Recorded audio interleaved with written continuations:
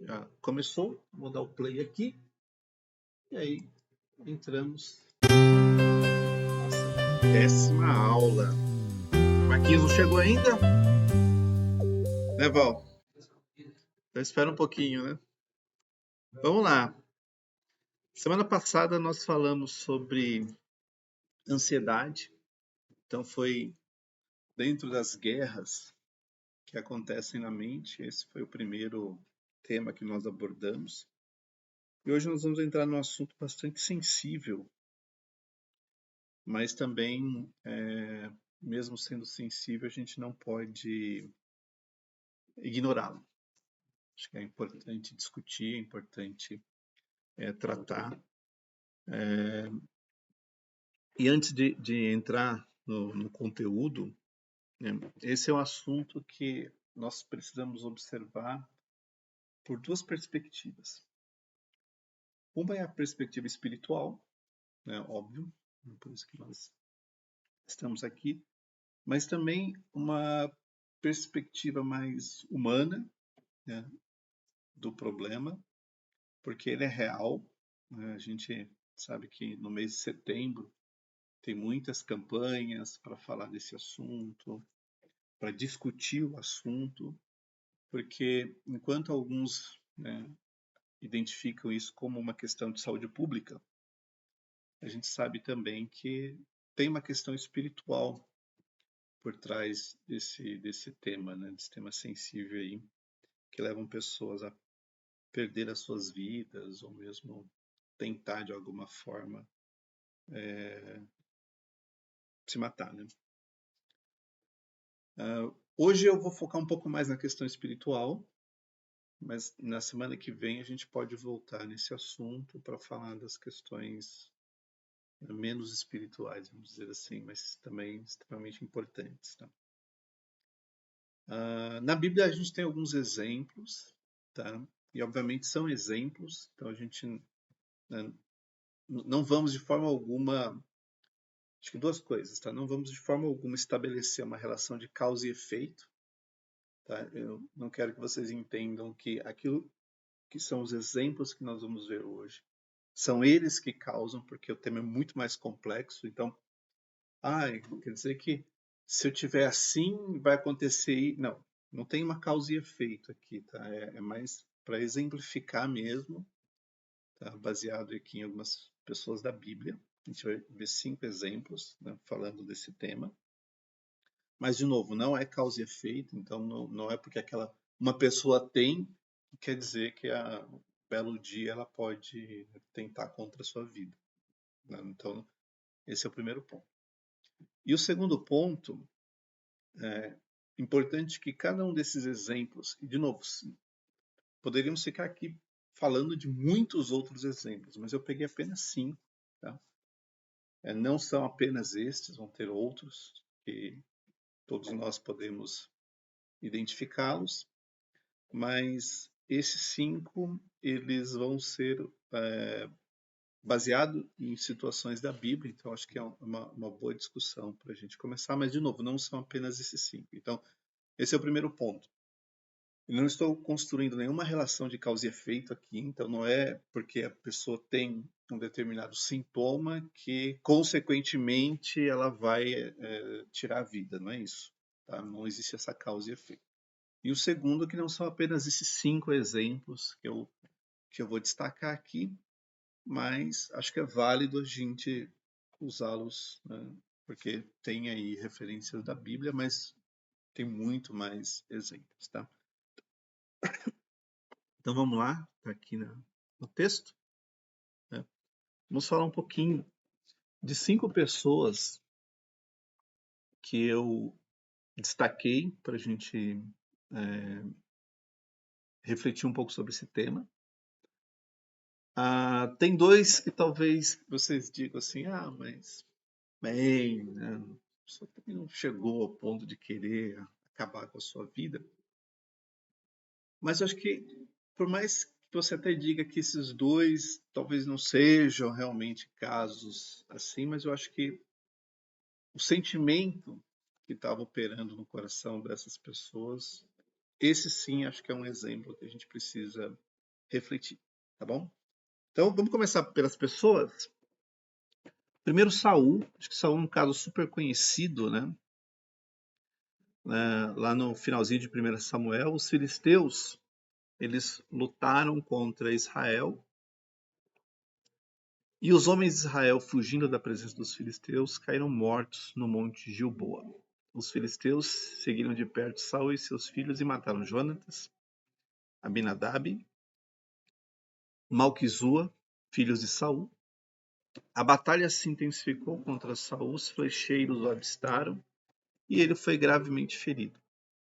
Então Saul disse ao seu escudeiro: arranque a sua espada e atravesse-me com ela, para que não venham esses incircuncisos, me atravessem com a espada e zombem de mim. Mas o seu escudeiro não quis fazer isso porque estava com muito medo. Então Saul pegou a sua própria espada e se lançou sobre ela. O caso de Saul, né? E aqui a gente vê que o gatilho, e eu acho que vou usar sempre essa palavra, né? O gatilho que levou Saul a praticar um ato como esse foi a vergonha. Ele estava lá, ele era o rei de Israel, todo mundo abandonou. E ele sabia que ser capturado pelas mãos dos filisteus, antes dos filisteus executarem, os filisteus iam fazer muita coisa ruim com Saul. E Saul, né, falou: olha, eu não quero que eles zombem de mim, né? Que eles, né? Gente, os filisteus, os caras meio psicopatas, assim, sabe? Então, eles iam pegar Saul e iam acabar com Saul. Né? Saul não queria que aquilo acontecesse com ele. Então, para ele, era melhor se matar, né, do que passar por uma situação como a que ele estava vislumbrando. Né? Para ele seria a derrota mais vergonhosa era ter sido capturado pelos filisteus. E o gatilho da vergonha foi o gatilho que fez com que Saul preferisse morrer, ou melhor, se matar, do que cair nas mãos dos filisteus. E é curioso, porque tem algumas, principalmente na Ásia, e vocês já viram algumas notícias, né, de, por exemplo, se uma pessoa é pega num crime, ela fica tão envergonhada que ela tira a sua própria vida. Tamanha a vergonha que aquela pessoa sente. Em alguns países, na Ásia, a vergonha é uma coisa que acaba com a vida da pessoa, a ponto dela preferir, né, morrer do que passar o resto da vida tendo que encarar aquela situação vergonhosa. Isso é engraçado porque, né, a primeira vez que eu comecei a acompanhar esse tema, né, eu vi que nesses países asiáticos, não todos, óbvio, né, mas nesses países asiáticos, por exemplo, se um político é pego num crime de corrupção, que venhamos e convenhamos, né, em outros países ninguém dá bola para isso, mas se ele é pego num crime de corrupção, ele se mata. Para ele, para a família, né, vai ser a pior vergonha. Então, para não ter que viver com aquela vergonha toda de ser chamado de corrupto, de ser condenado, né, ele prefere tirar a sua própria vida. Isso é muito sério, porque às vezes as pessoas elas passam por uma situação vexatória, né, e não precisa ser por conta de um crime, né, às vezes por qualquer outro tipo de situação que causa uma vergonha extrema, e a pessoa perde o prazer de viver. Conviver com aquela vergonha talvez seja insuportável para uma pessoa nesse momento. E ela, olha, não, eu não vou conseguir suportar acordar todo dia, todo mundo falar, todo mundo apontar o dedo, todo mundo usar esse momento da vida para humilhar, para envergonhar. A pessoa prefere, então, tirar sua própria vida, porque conviver com a vergonha é uma questão insuportável. Né? ao ponto de a pessoa preferir que não, eu não vou conseguir acordar todo dia. E por mais que as pessoas não comentem, mas eu sei que elas estão, né, falando ou pensando na cabeça da pessoa, né, ela vê dessa maneira, ela acha melhor então dar um fim. Porque essa vergonha extrema é o gatilho, né, que faz com que a pessoa tome uma decisão tão extrema. Né? E, e quando a pessoa cai nesse dilema, ela não vê outra alternativa que não seja essa. Né? Era necessariamente o caso de Saul? Talvez. Talvez. Afinal de contas, ele era o rei. Né?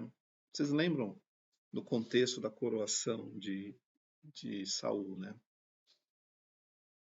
O mais alto de Israel, né? O mais preparado, aclamado por toda a nação. Isso foi como Saul foi constituído. E agora ele vê seus filhos morrendo no campo de batalha, o povo fugindo, abandonando Saul, né? Porque talvez era uma guerra que ninguém queria estar. Estava lá porque Saul era o rei, mas todo mundo foi embora. Ele ferido, quer dizer, não tinha nem chance de conseguir se defender de forma honrosa. Né? Então, para ele, aquilo era o fim. Eu não vou conseguir, né, conviver com isso. E aí, então, ele toma a sua espada, a gente vê aí no finalzinho do texto que eu destaquei, né? Então, Saul pegou a sua própria espada e se lançou sobre ela, né? Então, se matou tamanha a pressão que ele estava sentindo por aquela situação. Não sei se você conhece alguém que passa por uma situação de vergonha extrema. Tem, às vezes porque, de repente, a pessoa tinha um status social e aí perdeu tudo, faliu, não consegue se recuperar, né? Ou às vezes porque tinha, né, um bom emprego e agora não consegue mais, então todo dia parece que é insuportável. Mas tem gente que sofre com a vergonha. Talvez, de novo, aqui não estou estabelecendo nenhuma relação de causa e efeito, não é porque a pessoa está por uma situação vergonhosa que ela necessariamente vai dar fim à sua própria vida. Não pense dessa forma. Mas, infelizmente, tem gente que chega por esse caminho. Então, não é a regra, óbvio, é mais a exceção, mas tem gente que não consegue conviver com a vergonha. E o ser humano, quando ele vê uma pessoa em situação de vergonha, não todos, óbvio, mas a maioria faz o quê? Embarca, né, na onda, né? De tirar sarro, né? E a sociedade, de uma forma geral, ela tem seus preconceitos, né? Então, ela vê uma pessoa, de repente, que cometeu um crime e até pagou por esse crime, já cumpriu a sua pena, mas a sociedade põe um X nas costas dessa pessoa e essa pessoa vai ser o criminoso pro resto da vida, né? Virou, entre aspas, uma prisão perpétua, porque por mais que a pessoa até já cumpriu a sua pena, a gente sempre vai olhar e vai dizer assim, assassino, homicida. E a gente nem dá chance de imaginar que, será que essa pessoa conseguiu, né, realmente mudar, né, o seu comportamento, o seu pensamento? Ela vai ter que conviver com aquela situação sempre, né? E isso é uma vergonha para ela, para quem está perto, para quem está longe. E às vezes essa convivência com a vergonha é um perigo, que se a pessoa não sabe lidar, pode ir por um caminho um pouco mais extremo e a gente vê, né, o que aconteceu. Deixa eu ver se eu estou ali, não estou. O que aconteceu com Saul. Conhece alguém, Val, que morre de vergonha?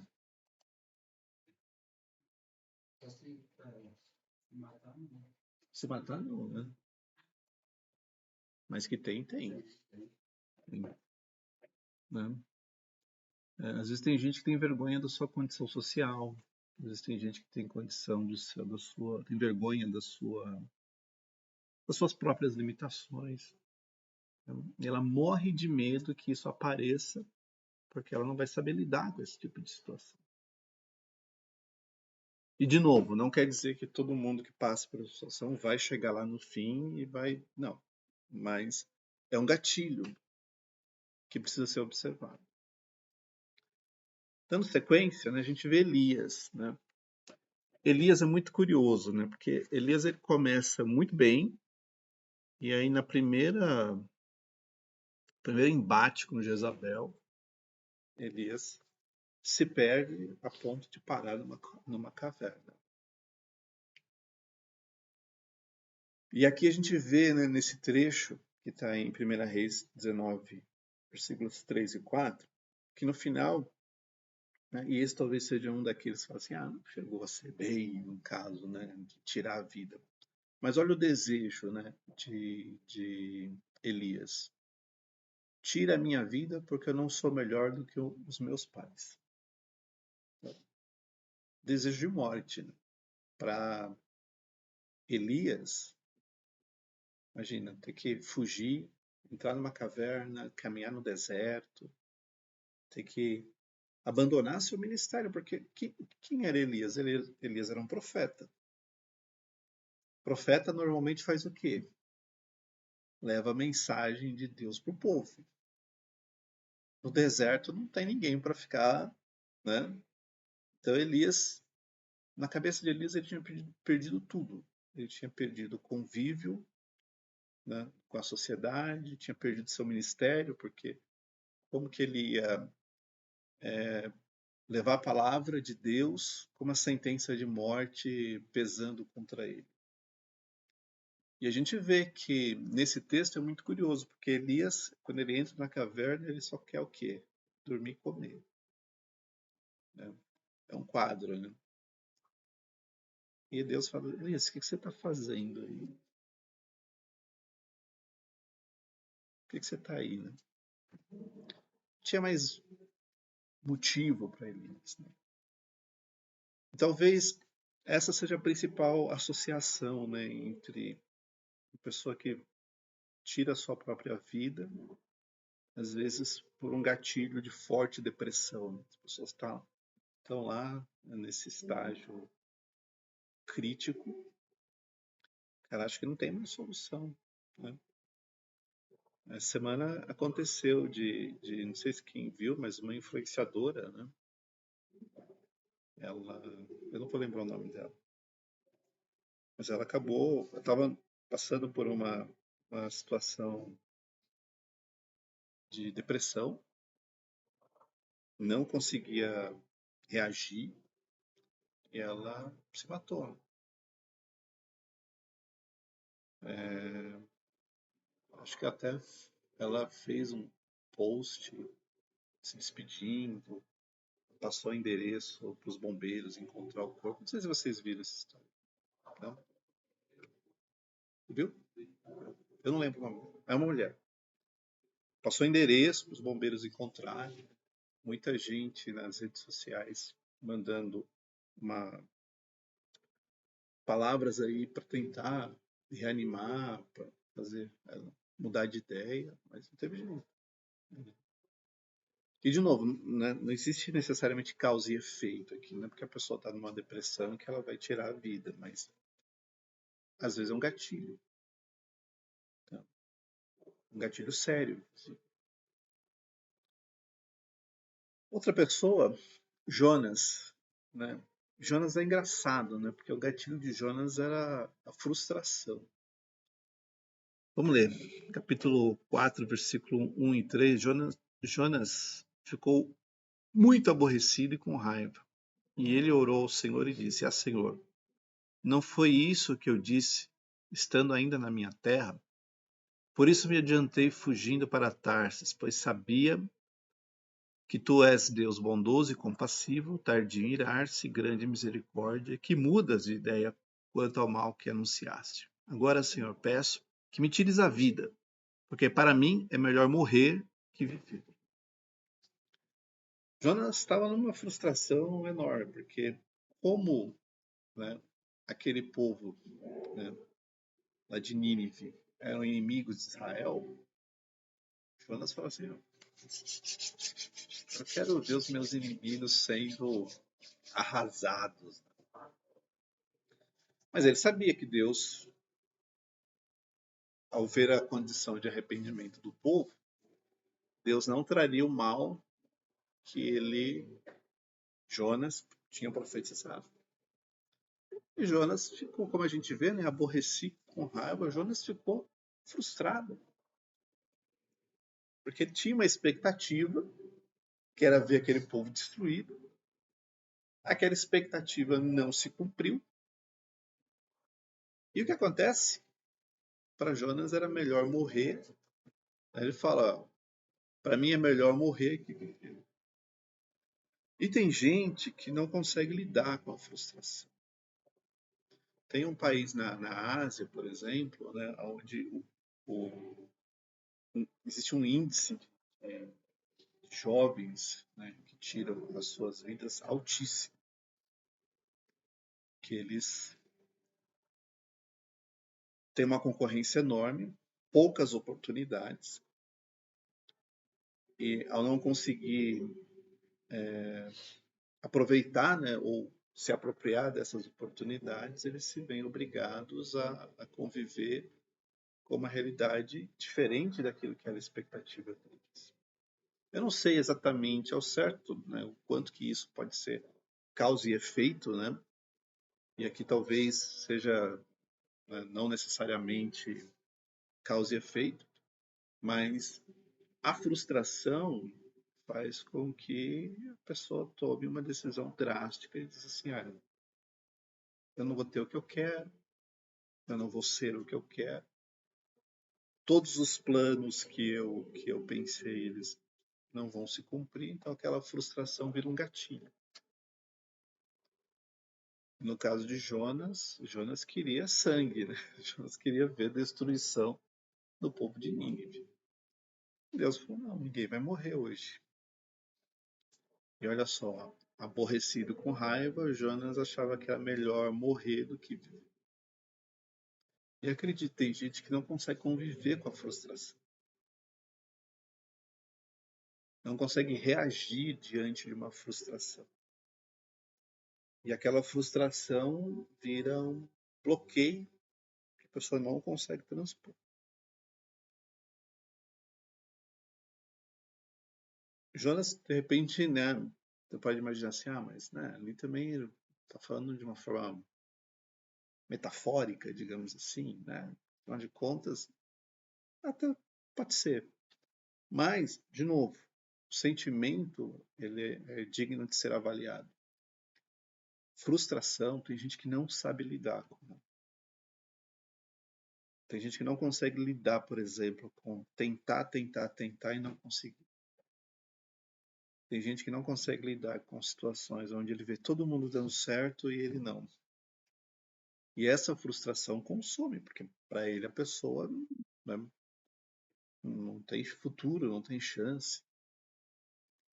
E não quer dizer que existe uma causa e efeito aqui, mas é um gatilho, né? A ponto de pessoas também quererem, né, achar que é melhor morrer do que viver. Dando seguimento, a gente vê Judas Iscariotes, né? Esse, né, não tem muito o que dizer, né? Aqui em Mateus capítulo 27, versículo 3, então Judas, que o traiu, né, Jesus, vendo que Jesus havia sido condenado e tocado de remorso, devolveu as 30 moedas de prata aos principais sacerdotes e aos anciãos, dizendo: pequei, traindo sangue inocente. E eles, porém, responderam: quem nos importa? Que nos importa, né? Isso é com você. Então Judas, atirando as moedas de prata para dentro do templo, retirou-se e se enforcou. E o problema de Jonas aqui era o remorso. Você vê que a palavra até aparece, né? Não é que Jonas estava. Jonas não, Judas, né? Não é que Judas estava arrependido. E arrependimento é completamente diferente de remorso. Tá? O remorso é aquele sentimento que fica corroendo porque você fica com medo da consequência que aquilo pode trazer sobre a sua vida. E Judas sabia quem era Jesus, tinha convivido com Jesus, sabia que a consequência pelo ato de traição dele era terrível. E aí, com remorso, não com arrependimento, mas com remorso, ele joga fora o dinheiro e se enforca. E o remorso é, sim, também um gatilho, né? Um gatilho que faz com que as pessoas... Sabe quando a pessoa, ela sabe que fez uma coisa errada, não tem como reparar, e ela fica se corroendo por isso, né? Ela não tem como reparar. Jesus tinha sido morto, como é que ia fazer? Não tinha mais o que fazer, né? Não dava para chegar lá, não, eu me enganei, não é esse não, não crucifica não, é outro. Tarde demais. Não tinha mais como reverter aquela situação. E é por isso do remorso de Judas. Então, tem gente que sofre com remorso.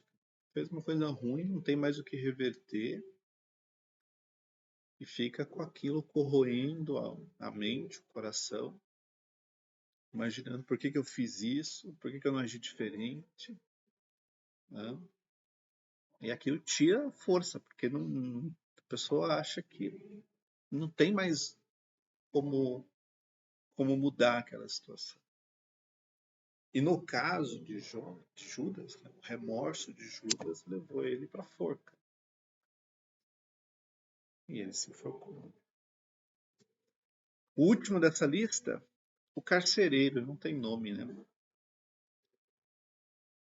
Paulo e Silas estavam presos, Atos capítulo 16, versículo 25. Por volta da meia-noite, Paulo e Silas oravam e cantavam louvores a Deus, e os demais companheiros de prisão escutavam. De repente sobreveio tamanho terremoto que sacudiu os alicerces da prisão. Todas as portas se abriram e as correntes de todos os presos se soltaram. O carcereiro despertou do sono e, vendo abertas as portas da prisão, puxando da espada, ia suicidar-se, pois pensou que os presos tinham fugido. Ele era um carcereiro, então ele tinha uma responsabilidade de estar vigiando ali os presos. Que era meia-noite, né? Por volta da meia-noite. O carcereiro foi o que? Dormiu. Ele deve ter acordado com o terremoto, balançando, a hora acordou quando ele olhou para as celas abertas. O medo e o pânico. Sabe por quê? Porque os romanos, né? Ele era um carcereiro de uma prisão romana. Os romanos não iam deixar barato. Primeiro que você estava dormindo. Segundo que todo mundo fugiu. Então não ia, os romanos não iam deixar passar aquela situação. Ele ia ser torturado, talvez até a família dele pudesse ser torturada, porque ele tinha uma responsabilidade, que era cuidar daqueles presos, e ele estava dormindo. Né? Não que não pudesse dormir, mas naquela hora não ia ter chance. Então, você vê que ele não pensa duas vezes, ele pega a espada e fala assim, vou me matar. Sabia que alguma coisa de ruim podia acontecer com ele, ou quem sabe até com a família dele. Só que eu não coloquei aqui o texto, né, mas Paulo fala para ele, não faça nenhum mal, estamos todos aqui e tal. E ele até se converte, né? Acho que de todos talvez teve o melhor final, digamos assim, porque ele se converteu e deu tudo certo. Mas o medo e o pânico também são gatilhos. Gatilhos que a gente tem que observar. Às vezes a pessoa fica desesperada, né? Fica com medo, e aí nesse desespero, nesse pânico todo, pode tomar uma decisão drástica, né, para tirar a sua vida. Peguei esses 5 exemplos, tá? Para a gente refletir, porque eles são gatilhos. Só que assim, a igreja, ao longo dos séculos, né, sempre viu essa questão com bastante preconceito. Né? Uma pessoa que tira a vida, por exemplo, assim, esse cara perdeu a salvação. Quem já ouviu isso? Já ouviu Lavão? Cara, não tem jeito. Se matou, vixi, não tem jeito. Inclusive, uma vez eu estava no trabalho, eu recebi uma mensagem de uma pessoa perguntando: olha, tem uma pessoa aqui que passou por uma situação com um familiar e ela está, assim, sofrendo, porque no velório disseram que, como a pessoa que morreu tinha, na verdade, se matado, disseram que ela foi direto para o inferno. Não teve salvação. Eu falei: olha, eu tô aqui no trabalho, mas eu vou responder ainda, tá? Espera uns minutinhos aí que eu vou responder. E depois eu respondi. E eu vou compartilhar com vocês a resposta aqui. Acho que esse preconceito, acho que antes de falar dele, né? Óbvio que a Bíblia ela é sempre pró-vida. Nunca vai tratar esse assunto como algo permissivo. Né? Ah, tá tudo ruim, se mata. Okay? Pelo menos não. Vai. Esses são exemplos, mas não quer dizer que essas pessoas estavam certas de agir do jeito que agiram. Né? E nem o fato delas terem feito o que fizeram, né, não serve de exemplo. Ah, se eu estiver numa situação de pânico, então eu vou dar um jeito. Ou se eu estiver com remorso, não. São exemplos para a gente entender que esse assunto também foi tratado nas Escrituras. Né? E que as pessoas que passaram por situações como essas, né, elas tinham esses gatilhos que acabaram, de certa forma, levando, mas não quer dizer que a Bíblia apoia, não, mas ela, como escritura, ela traz essa reflexão para nós pensarmos que, olha, não é o que quer. Então, assim, só que em nenhum momento a Bíblia comenta de forma literal, né, ou não faz nenhuma associação entre uma pessoa que tira a vida e a perda da salvação ou o destino do inferno. Não existe essa associação na Bíblia. Ah, se matou, vai para o inferno. Não existe. Não existe nas Escrituras nenhum versículo que diga a pessoa que se mata perde a salvação, vai para o inferno. Não existe esse versículo na Bíblia. Não existe. O que acontece são essas duas passagens que você está vendo aqui, que estão em Apocalipse. Quanto, porém, aos covardes, aos incrédulos, aos abomináveis, aos assassinos, e aqui eu vou chamar uma atenção. Nas versões mais antigas, aqui eu trouxe para você na NAA, que é a nova Almeida atualizada. Mas se você pegar versões antigas da língua portuguesa, aquele assassino ali vai estar trocado por homicida.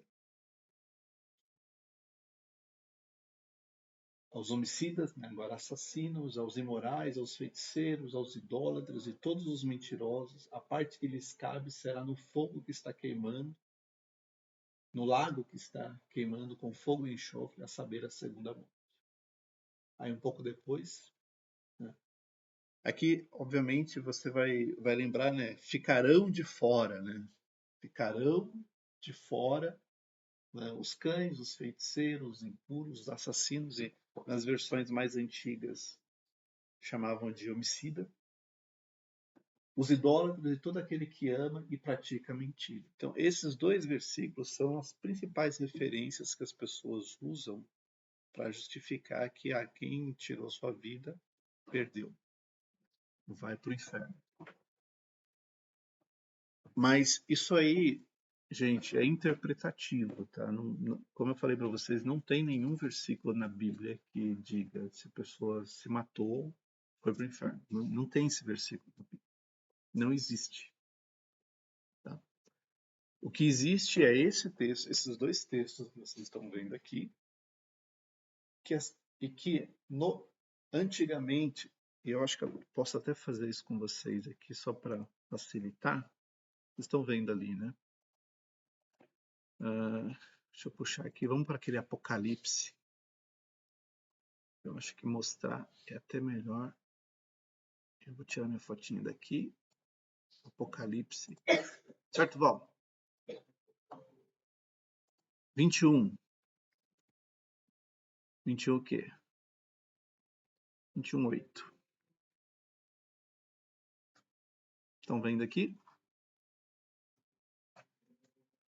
Aqui. Vou trocar a versão aqui em cima, tá? Vou colocar uma versão mais antiga. Essa aqui. Vamos descer de novo.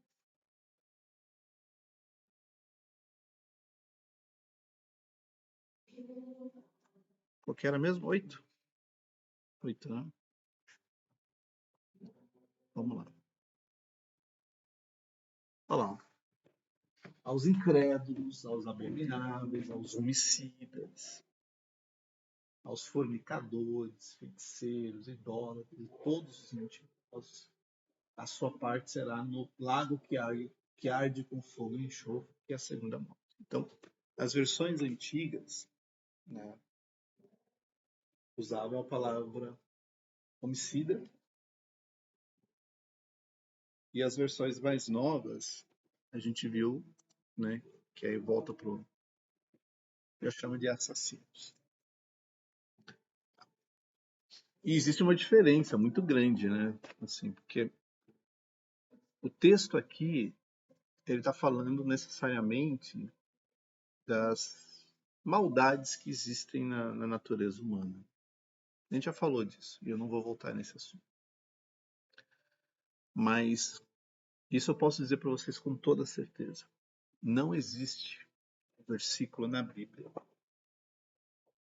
que conecta a pessoa que tira a sua vida com o inferno, com a perder a salvação. Não existe esse versículo. Não existe.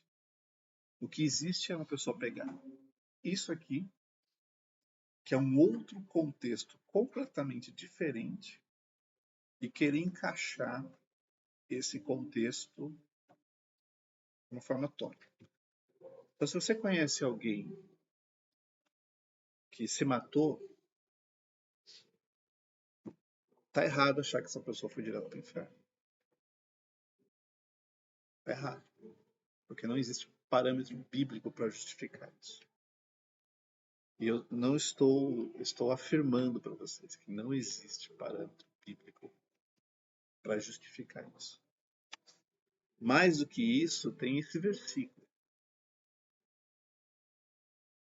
Isso aqui é um parâmetro bíblico, que eu estou bem certo de que nem a morte, nem a vida, nem os anjos, nem os principados, nem as coisas do presente, nem do porvir, nem os poderes, nem a altura, nem a profundidade, nem qualquer outra criatura poderá nos separar do amor de Deus que está em Cristo Jesus.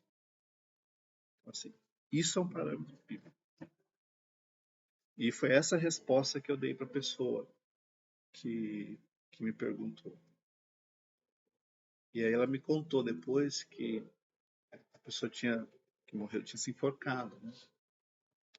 E quando os bombeiros chegaram, viram, né? Viram que ela tinha tentado, depois que ela pulou, as mãos estavam de uma forma como se ela tentasse tirar né, a corda do pescoço. Então, no último instante, ela de alguma forma mudou de ideia, mas obviamente não teve força para se livrar. E eu falei, olha, não vou dizer que eu não vou dizer nem que eu nem que ninguém seja conhecedor total da Bíblia, porque não existe essa pessoa. Mas eu posso dizer para você que todo esse tempo estudando e meditando nesse assunto, eu não encontrei nenhuma relação. O que eu encontrei é aquela que eu vou chamar de distorção, de querer conectar uma coisa com a outra para querer justificar um ponto de vista. Porque, gente, a Bíblia, ela foi escrita para não ter dúvida. O que é errado, o que é certo. Não tem isso. Mas nós é que geramos as dúvidas e geramos aí as questões com as nossas próprias interpretações a respeito do ponto. Mas dizer que uma pessoa que estava sofrendo, porque olha os gatilhos, remorso, frustração, depressão, vergonha, né? E são coisas que fazem as pessoas sofrerem. Um assassino, ele não está sofrendo, ele está querendo só colocar sua maldade em ação, né? Um homicida não é alguém que está sofrendo, né? Principalmente não o culposo, né? Que é aquele que não teve a intenção de matar, mas o doloso, esse cara quis fazer maldade. Então, como que eu coloco uma pessoa que está sofrendo, porque a pessoa está sofrendo, no mesmo patamar de alguém que está fazendo maldade, e Deus fala assim, já que você está sofrendo, vai para o mesmo destino de quem fez a maldade. Não faz sentido. Não faz sentido. Porque uma pessoa que chega nesse estágio, ela não é a maldade dela, é o sofrimento pelo qual ela está atravessando, que está levando por esse caminho. Por isso que eu deixo aqui 3 conselhos, né, extremamente importantes. Tá? Que ocupar a mente com coisas boas.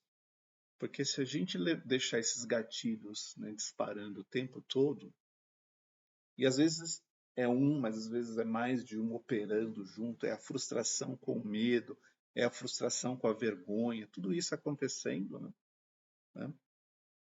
Então tem que ocupar a mente com as coisas boas.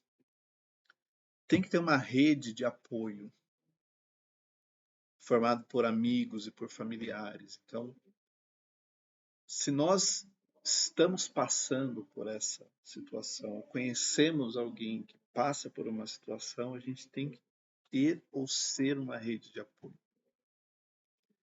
E nunca deixar de buscar ajuda. Sempre sempre que sente a necessidade. Mas quando a gente olha um versículo como esse, que mostra, né, que não tem nada que nos separa do amor de Deus, eu posso dizer para vocês com toda certeza, Deus não vai condenar uma pessoa que está sofrendo e chegou numa decisão drástica como essa. Não vai. Porque a pessoa ali não foi a maldade que a levou, né? Foi o sofrimento que ela vinha atravessando. E não quer dizer que, então na minha primeira luta eu vou. Não é isso. Mas se tiver que acontecer, é importante que a gente tenha esse discernimento. Que uma pessoa ruim, ela é condenada pela sua maldade. Uma pessoa que está sofrendo, da parte de Deus, é compaixão e misericórdia. E às vezes no último instante, a pessoa pode até se arrepender daquilo que ela fez. E eu acredito nisso. Como existe um mistério, a vida é um mistério, né, que só Deus consegue explicar. Então, diante dele, né, a gente não pode colocar as nossas lentes para tentar explicar uma coisa que somente Deus sabe explicar, que é a vida. Então, a gente, como eu falei, né, a gente vai falar disso em dois momentos. Então, terminamos por aqui. Eu já passei bastante do horário. Terminamos por aqui, mas semana que vem a gente termina esse assunto, que é um assunto extremamente sensível. Amém? Que Deus abençoe vocês. Deixa eu interromper aqui.